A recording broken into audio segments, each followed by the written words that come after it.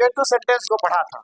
Tense की series में आप लोगों ने निगेटिव सेंटेंस को पढ़ा था और आज आप लोग इंट्रोगेटिव सेंटेंस के बारे में पढ़ेंगे। लेकिन उसमें एक रूल था नेवर का जो पढ़ना था निगेटिव सेंटेंस में। इसके बाद हम लोग इंट्रोगेटिव सेंटेंस को बढ़िया से पढ़ेंगे। तो सबसे पहले देखेंगे रूल। निगेटिव सेंटेंस का रूल है, जब सही है, दिख रहा है? अच्छा ठीक ठीक। जब किसी वाक्य में जब किसी वाक्य में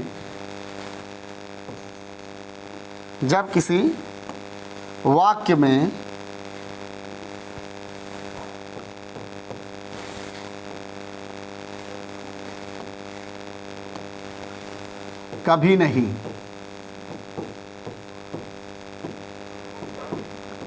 नहीं शब्द आता है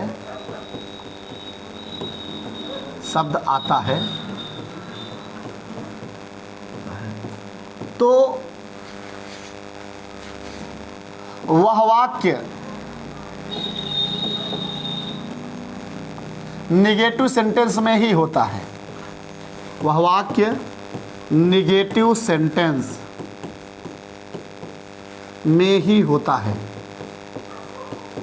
निगेटिव सेंटेंस में ही होता है।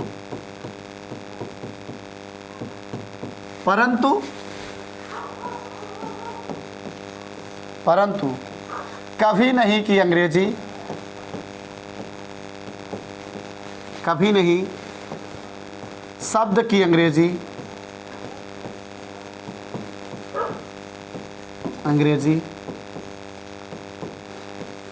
नेवर लिखकर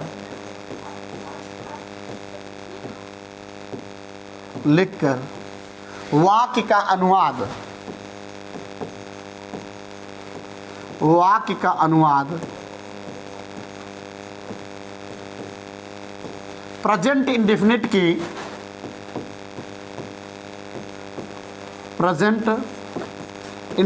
की अफर्मेटिव के अनुसार करते हैं। अफर्मेटिव के अनुसार करते हैं,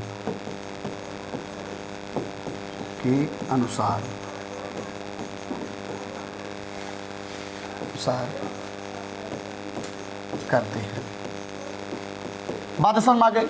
अगर किसी वाक्य में कभी नहीं शब्द आता है, कौन सा शब्द आता है? कभी नहीं शब्द आता है तो वह वाक्य निगेटिव सेंटेंस में ही होता है। लेकिन कभी नहीं शब्द की जो अंग्रेजी है हम नेवर लिखते हैं और नेवर लिखने के बाद उसका जो अनुवाद है वो प्रेजेंट इंडेफिनिट के अफर्मेटिव सेंटेंस के अनुसार करते हैं। बात समझ में आई?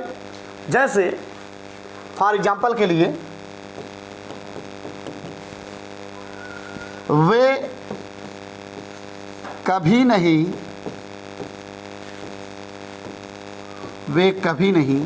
हंसते हैं।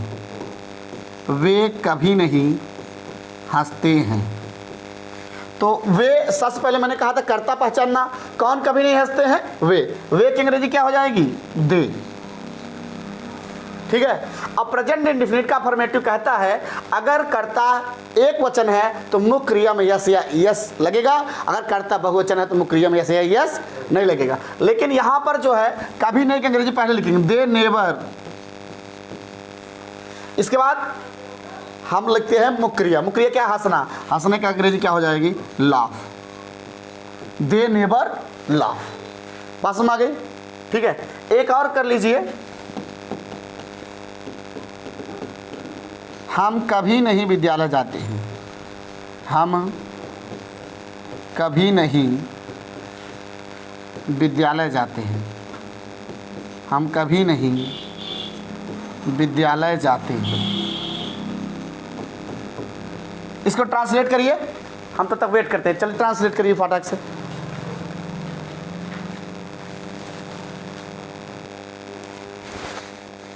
अब आप लोग इसे हल कर चुके होंगे तो मैं इसको ट्रांसलेट करके बताता हूँ। हम कभी नहीं विद्यालय जाते हैं, तो कौन कभी नहीं विद्यालय जाता है? तो उत्तर आएगा हम। तो हम हो गया कर्ता, तो कर्ता हम है, हम की अंग्रेजी क्या हो जाएगी, वी। और फिर तुरंत बाद देखो, जिस्म जो कभी नहीं आता है जिस वाक्य में, ठीक है, प्रेजेंट टेंस में, अगर इंडेफिनिट के निगेटिव में अगर कभी नहीं आता तो कैसे इसका तैयार होगा फार्मूला, हम आपको बताते हैं। सबसे पहले जो है सब्जेक्ट आप लोग लिखेंगे, क्या लिखेंगे, सब्जेक्ट प्लस ये सी है, प्लस नेवर प्लस मुख्य क्रिया में यस या ईएस। जब एक वचन रहेगा तब यस या ईएस लगेगा, बहुवचन रहेगा तो मुख्य क्रिया में यस या ईएस नहीं लगेगा, प्लस ऑब्जेक्ट प्लस जो होगा अन्य होगा। ठीक है, बात समझ रहा है कि नहीं समझ रहा है? देखो यहाँ पे मैंने लिखा है ना, प्रेजेंट इंडेफिनिट के अफर्मेटिव कंसर्ट करते हैं, मतलब कर्ता एक वचन रहेगा तो मुख्य क्रिया में यस या ईएस लगेगा, मेन वर्ब में यस या ईएस लगेगा। अगर कर्ता बहुवचन है, ठीक है, तो मुख्य क्रिया में यस या ईएस नहीं लगेगा। तो यहाँ पे कर्ता बहुवचन है, हम बहुवचन है, तो वी सब्जेक्ट होगा, इसके बाद क्या लगाना है, never, we never, we never. इसके बाद है मुख्य क्रिया, मुख्य क्रिया क्या है, जाना, मुख्य क्रिया क्या है, जाना, तो जाना की अंग्रेजी क्या होगी, गो। अब हम बहुवचन है तो इसमें हम यस या ईएस नहीं लगाएंगे, प्लस है ऑब्जेक्ट यानी कर्म, कहाँ जा रहे हैं, विद्यालय, तो go to school, go to school. बात समझ आ गई? अच्छा, अब एक एग्जांपल और अगर हम ले लेते हैं एक वचन की, जैसे यहाँ पे हम ले रहे हैं, ठीक है, यहाँ साइड पे, ठीक है, जैसे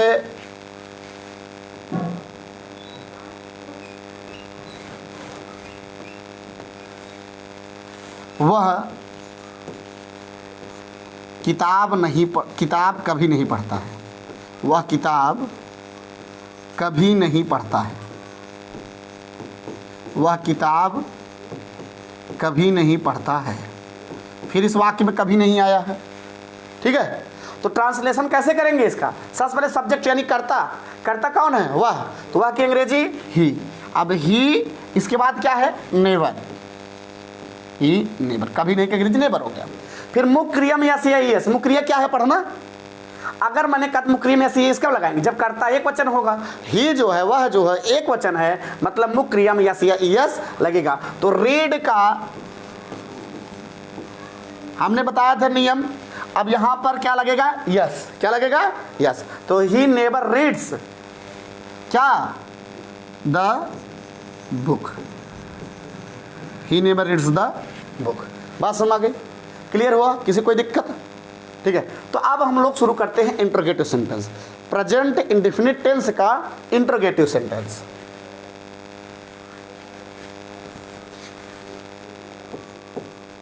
प्रेजेंट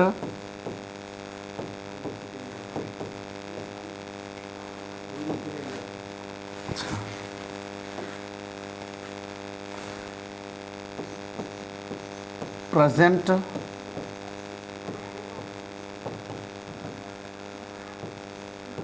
इंडेफिनिट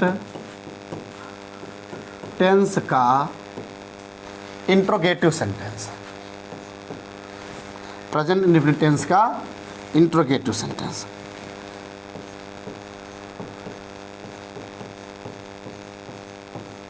इंट्रोगेटिव सेंटेंस यानी प्रश्नवाचक वाक्य, प्रेजेंट इंडेफिनिट टेंस का इंट्रोगेटिव सेंटेंस। देखो, इंट्रोगेटिव सेंटेंस मतलब होता है प्रश्नवाचक वाक्य, यानी ऐसा वाक्य जो प्रश्न पूछने का काम करे, ऐसा वाक्य जो प्रश्न पूछने का काम करे। अगर ये प्रेजेंट टेंस है, प्रेजेंट टेंस का इंडेफिनिट है, तो प्रेजेंट टेंस के प्रेजेंट इंडेफिनिट टेंस का पहचान होता है ता है, ती है, ते हैं। क्या वह पढ़ता है, क्या वह आम खाता है, क्या राणा प्रताप युद्ध में जाते हैं, ठीक है, क्या गांधी जी दक्षिण अफ्रीका मुकदमा लड़ने के लिए जाते हैं। तो ये जो है वाक्य जो है वो है आपका प्रेजेंट इंडेफिनिट के इंट्रोगेटिव सेंटेंस के अंतर्गत आएगा। बस में वे क्यों जाते हैं, वे कहाँ पढ़ते हैं, तो ये सब जो वाक्य है जो प्रश्न पूछने का काम कर रहा है वो कहलाएगा इंटरोगेटिव सेंटेंस। क्या कहलाएगा? Interrogative sentence. इंटरोगेटिव सेंटेंस के दो हिस्से हैं। एक पहला हिस्सा है जब प्रश्नवाचक शब्द वाक्य के प्रारंभ में आए। जब प्रश्नवाचक शब्द वाक्य के प्रारंभ में आए तो उसकी हम अंग्रेजी नहीं लिखते हैं, सहायक क्रिया से प्रारंभ करते हैं। किससे प्रारंभ करते हैं? सहायक क्रिया से लिखना प्रारंभ करते हैं, यानी हेल्पिंग वर्ब से प्रारंभ करते हैं। ठीक है। दूसरा ये रूल है कि जब प्रश्नवाचक शब्द वाक्य के बीच में आए तो उसकी अंग्रेजी हम सर्वप्रथम लिखते हैं। ठीक है। ये दो टाइप हैं, उनमें से हम पहला टाइप शुरू करते हैं। पहला रूल है, रूल नंबर 1। रूल नंबर 1 है जब प्रश्नवाचक शब्द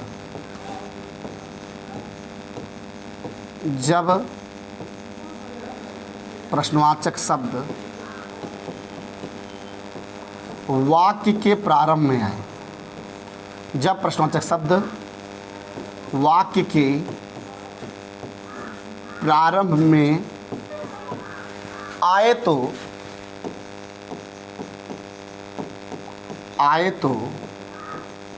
उसकी अंग्रेजी नहीं लिखते हैं। उसकी अंग्रेजी नहीं लिखते हैं।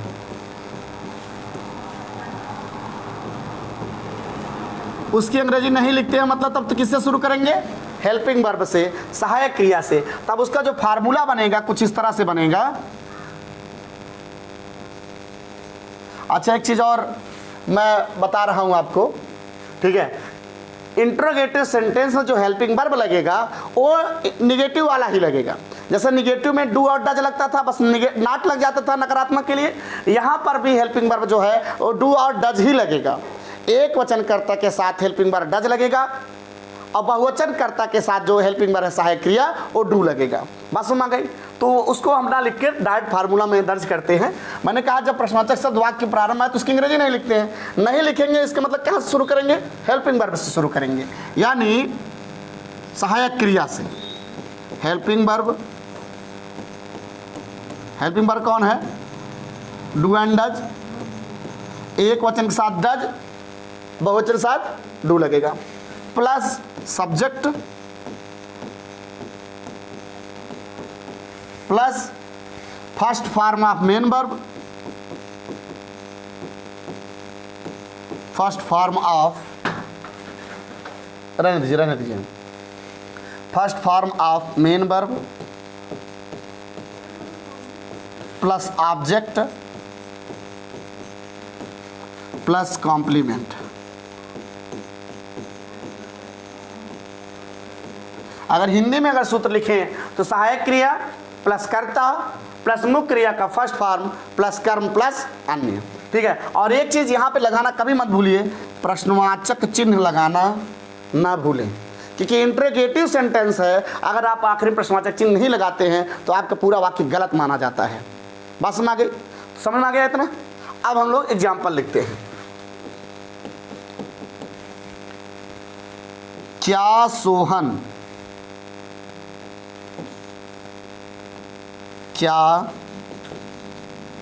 गड़बड़ा जा रहा है बार बार।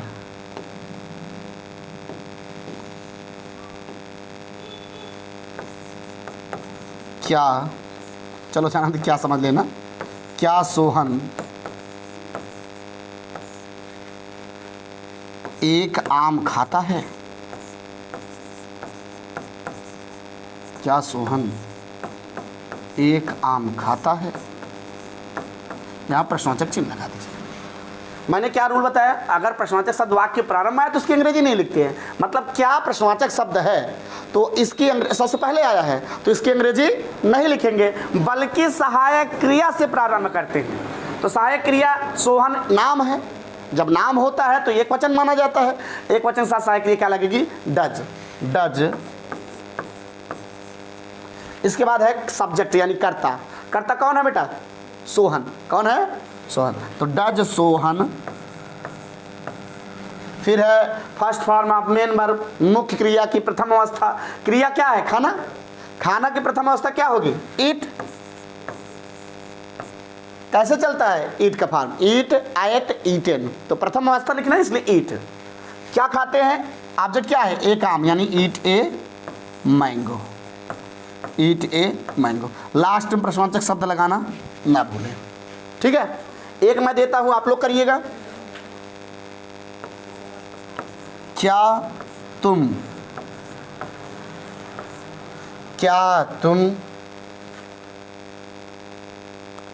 नदी में नहाते हो? क्या तुम नदी में नहाते हो? चलिए ट्रांसलेट करिए, तब तक हम थोड़ा वेट करते हैं। चलिए ट्रांसलेट करिए।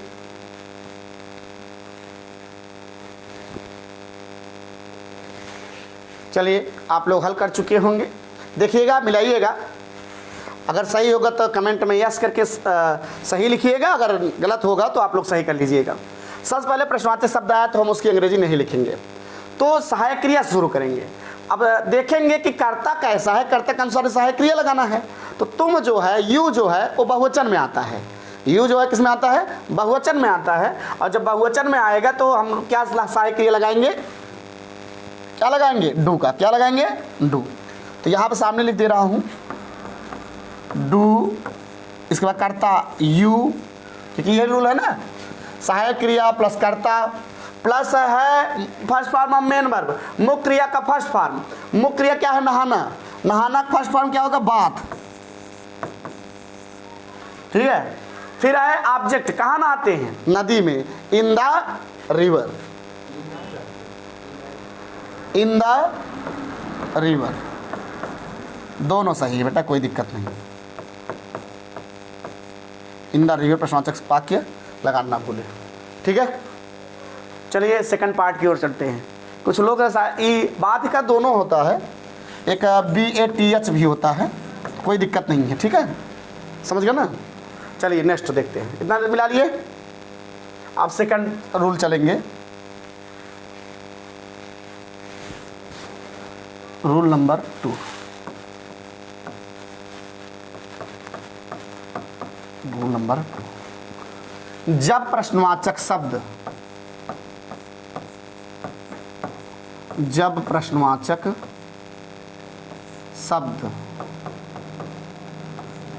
वाक्य के बीच में आए, जब प्रश्नवाचक शब्द वाक्य के बीच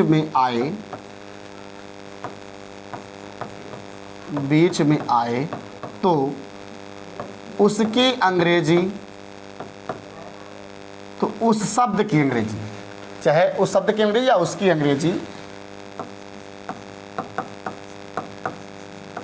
अंग्रेजी हम सर्वप्रथम लिखते हैं या सर्वप्रथम लिखते हैं, सर्वप्रथम लिखते हैं। बार बार मैं बता रहा हूं, एक वचन के अंतर्गत ही, सी, इट और नाम, और बहुवचन के अंतर्गत आई, वी, दे, यू आएगा। बहुवचन कर्ता के अनुसार अंतर्गत क्या आएगा? आई, वी, दे, यू आएगा। तो एक वचन कर्ता के साथ सहायक क्रिया डज लगेगा और बहुवचन कर्ता के साथ सहायक क्रिया डू लगेगा। मैं बार बार दिला दे रहा हूँ याद आपको, क्योंकि यहाँ पे मैंने लिखा नहीं है। तो जो फार्मूला बनेगा कैसा बनेगा? सबसे पहले बनेगा, जो प्रश्नवाचक शब्द बीच में आए उसकी अंग्रेजी पहले लिखेंगे, यानी क्वेश्चन वर्ड की अंग्रेजी, या डायरेक्ट लिख देते हैं हम क्वेश्चन वर्ड, ना समझ जाइएगा। Question word plus helping verb, do oblique does. इसके बाद आपका लगेगा सब्जेक्ट, यानी कर्ता, मतलब कार्य को करने वाला, प्लस क्रिया लगेगा, यानी फर्स्ट मुख्य क्रिया का फर्स्ट अवस्था या प्रथम अवस्था, first form of main verb, first form of main verb, plus object plus complement.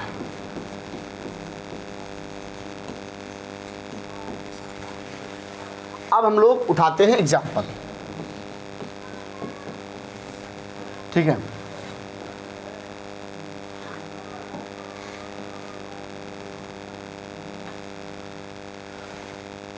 मैं उठा रहा हूं,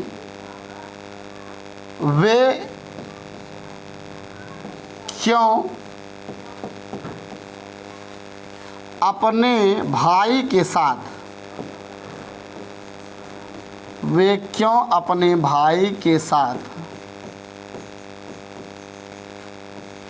भाई के साथ पेड़ पर चढ़ते हैं, पेड़ पर चढ़ते हैं। अब क्यों शब्द जो है वो प्रारंभ में नहीं आया है, वो वाक्यों के बीच में आया है, वाक्यों के बीच में आया है। तो ध्यान समझिएगा, मैंने रूल क्या लिखाया है, जब प्रश्नवाचक शब्द वाक्य के बीच में आए तो उसकी अंग्रेजी हम सर्वप्रथम लिखते हैं। तो क्यों बीच में आया है, तो क्यों की अंग्रेजी हम सबसे पहले लिखेंगे। तो क्यों की अंग्रेजी क्या होती है, वाई। क्या होती है, वाई सबसे पहले लिख दिए। फिर आता है हेल्पिंग वर्ब। हेल्पिंग वर्ब हमेशा कर्ता के अनुसार लगता है, सहायक क्रिया के अनुसार लगेगा, सॉरी कर्ता के अनुसार। सहायक क्रिया जो हो वो हमेशा कर्ता के अनुसार लगेगा। कर्ता है वे बहुवचन है, तो बहुवचन के साथ सहायक क्रिया क्या लगेगी, डू लगेगी। क्या लगेगी, डू। तो हम यहाँ पे लगाएंगे डू। इसके बाद है सब्जेक्ट यानी कर्ता। कर्ता कौन है, वे की अंग्रेजी दे, वाई डू दे। फिर है first form of main verb, मुख्य क्रिया की प्रथम अवस्था। मुख्य क्रिया क्या है, चलो ना, चढ़ना की प्रथम अवस्था क्या होगी, क्लाइंब। फिर है ऑब्जेक्ट, मतलब कहां पर चढ़ते हैं, तो पेड़ पर, on the tree, on the tree. इसके बाद अन्य जो शेष बच रहे हैं, अपने भाई के साथ। क्या बच रहा है, अपने भाई के साथ। और मैंने कई बार चर्चा किया हुआ है, जब नाम रहे या ही रहे तो वहां पर अपने के लिए हिज लगता है। लड़की का नाम या सी रहे तो वहां पर हर लगता है। और अगर दे रहे तो अपने के लिए क्या लगता है, दियर लगता है। क्या लगता है, दियर लगता है, THEIR। तो यहां पर जो है दे है, अब दे के साथ अपने के लिए क्या लगेगा, दियर लगेगा। क्या लगेगा, दियर लगेगा। तो यहां पर हम क्या लगाएंगे, सबसे पहले साथ की अंग्रेजी लिखेंगे, तब अपने के लिए विथ, तब अपने का दे के साथ क्या लगेगा, दियर। भाई, भाई क्या होगा, ब्रदर, विथ दियर ब्रदर। अगर अपने भाइयों के साथ अगर लिखा तब ब्रदर्स लिखते, नहीं तो केवल ब्रदर। और यहाँ प्रश्नवाचक चिन्ह लगाना ना भूलें, समझ गया ना। एक और देते हैं हम आपको लिखने के लिए, राम क्यों, राम क्यों अपनी पत्नी सीता के साथ, अपनी पत्नी सीता के साथ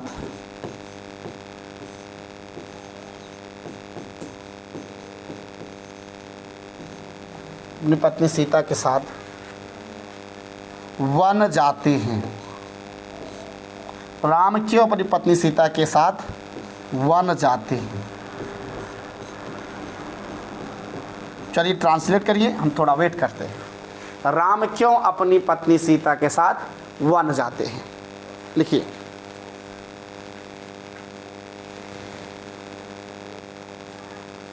चलिए आप लोग हल कर चुके हैं, जो नहीं हल करे हैं वो देखेंगे, और जो हल कर चुके हैं वो मिलाएंगे। यहाँ पर राम क्यों अपनी पत्नी सीता के साथ वन जाते हैं, तो मैंने कहा था अगर प्रश्नवाचक शब्द वाक्य के बीच में आए तो उसकी अंग्रेजी सबसे पहले। तो प्रश्नवाचक शब्द कौन है, क्यों। क्यों की अंग्रेजी क्या होती है, वाई। वाई सबसे पहले लिखेंगे, देखो क्वेश्चन मार्क की अंग्रेजी सबसे पहले लिखे गए हैं, तो होगा वाई, वाई लिखिए। इसके बाद है सहायक क्रिया, हेल्पिंग वर्ब, सहायक क्रिया।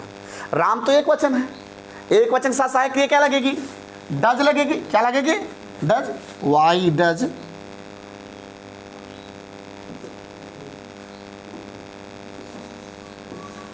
वाई डज, ठीक है। इसके बाद है कर्ता, तो कौन अपनी पत्नी सीता के साथ वन जाते हैं? तो राम, वाई डज राम, हो गया कर्ता। First form of main verb यानी मुख्य क्रिया की प्रथम अवस्था। मुख्य क्रिया क्या है? जाना। जाना की अंग्रेजी क्या होगी? गो। कहाँ जाते हैं? जंगल, गो टू द फॉरेस्ट, जंगल या वन। अब आता है अन्य में, हमने कहा था साथ पहले लिखेंगे। गोज क्यों यहाँ क्यों गोज आओगी बेटा? ये आपका इंट्रोगेटिव सेंटेंस है, प्रेजेंट इंडेफिनिट का फॉर्मेटिव थोड़ी है। इंट्रोगेटिव में मुख्य क्रिया का प्रथम अवस्था लगता है बेटा, उसमें यस यस थोड़ी लगेगा, ठीक है। Go to the forest. अब यहाँ पे साथ की अंग्रेजी पहले लिखेंगे, तो साथ की क्या होती है इंग्लिश? विथ। अपनी पत्नी सीता, हमने कहा राम जो है पुरुष का नाम, पुरुष के साथ अपने के लिए क्या लगता है? His. With his wife, with his wife Sita. यह प्रश्नवाचक चिन्ह लगाना ना भूलें, ठीक है। एक दो होमवर्क बोल रहे हैं, आप लोग कर लीजिए, कर लीजिएगा। चलिए लिखिए, यहां मैं बोल दे रहा हूं, लिख लीजिए, मैं बोल दे रहा हूं, वैसे ही लिख लीजिए, ठीक है, वैसे ही लिख लीजिए। क्या अकबर, क्या अकबर अपने सैनिकों के साथ युद्ध लड़ता है? क्या अकबर अपने सैनिकों के साथ, क्या अकबर अपने सैनिकों के साथ युद्ध लड़ता है? क्या अकबर अपने सैनिकों के साथ युद्ध लड़ता है? दूसरा, वे कभी नहीं, वे कभी नहीं जमीन खोदते हैं या मिट्टी खोदते हैं। वे कभी नहीं जमीन खोदते हैं, वे कभी नहीं जमीन खोदते हैं।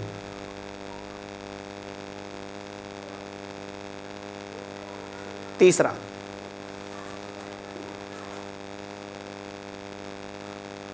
ऋतिक रोशन क्यों अपने पिता राकेश रोशन के साथ, ऋतिक रोशन क्यों अपने पिता राकेश रोशन के साथ, राकेश रोशन के साथ फिल्म बनाते हैं या मूवी बनाते हैं, फिल्म बनाते हैं, ठीक है, फिल्म बनाते हैं। ये होमवर्क है। एक चीज और सुन लीजिएगा, इसी में मैं खत्म कर दे रहा हूं इंट्रोगेटिव प्लस निगेटिव। होमवर्क आप पहले ले लिए तो कोई दिक्कत नहीं है। इंट्रोगेटिव प्लस निगेटिव में एक खासियत होती है, कर्ता के बाद नाट लग जाता है, कर्ता के बाद नाट लग जाता है। बाकी सारा रूल जो होता है इंट्रोगेटिव का ही होता है, ठीक है। उसमें भी प्रश्नवाचक शब्द अगर वाक्य प्रारंभ में आएगा तो उसकी अंग्रेजी नहीं लिखेंगे।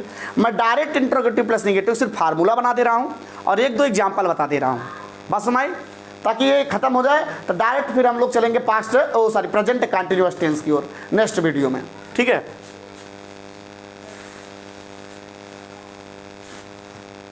आप present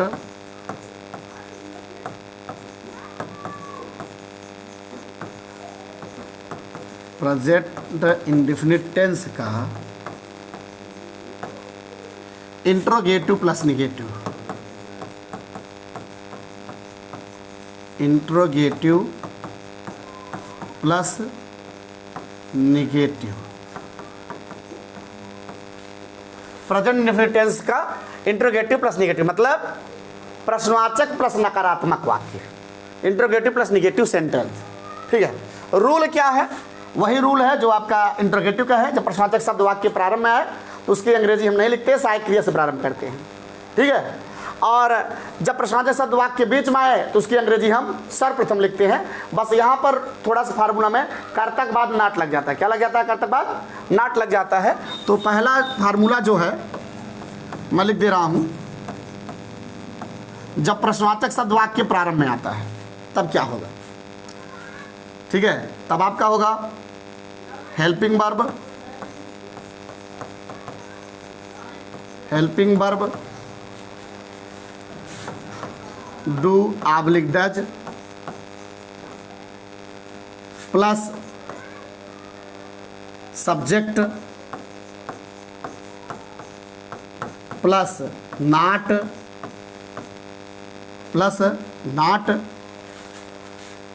plus first form of main verb, first form of main verb plus object plus complement. एक कब के लिए है बेटा? जब प्रश्नवाचक शब्द वाक्य प्रारंभ में है। दूसरा फार्मूला जो है, दूसरा जो फार्मूला है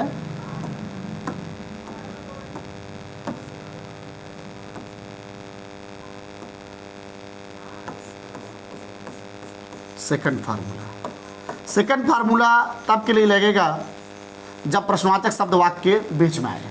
जब प्रश्नवाचक शब्द वाक्य के बीच में आए तो सबसे पहले हम लोग लिखेंगे प्रश्नवाचक शब्द यानी क्वेश्चन वर्ड प्लस सहायक क्रिया यानी हेल्पिंग वर्ब,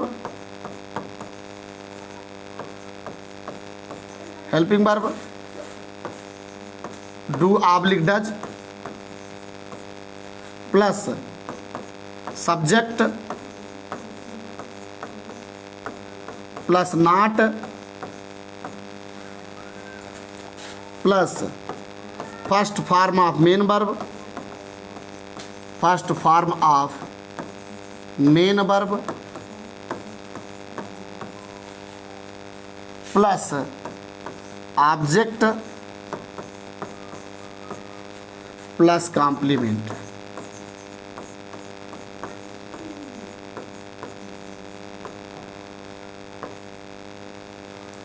चलिए हम लोग इसी लगे हाथ एग्जाम्पल भी देख लेते हैं।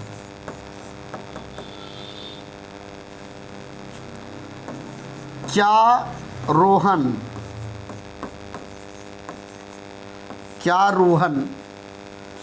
बाजार नहीं जाता है?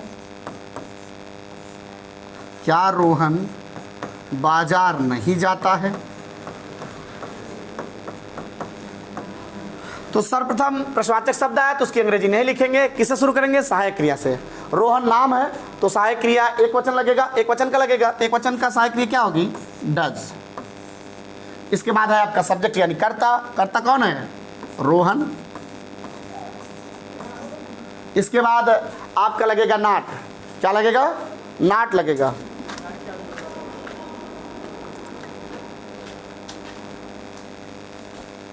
इसके बाद क्या लगेगा?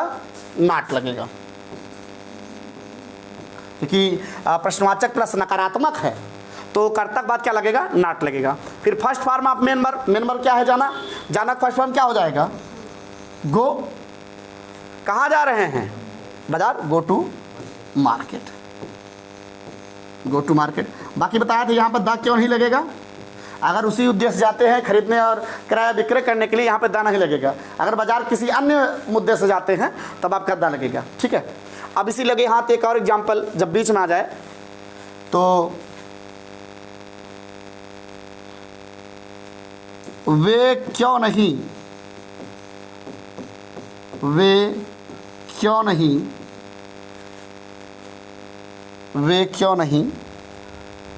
जलेबी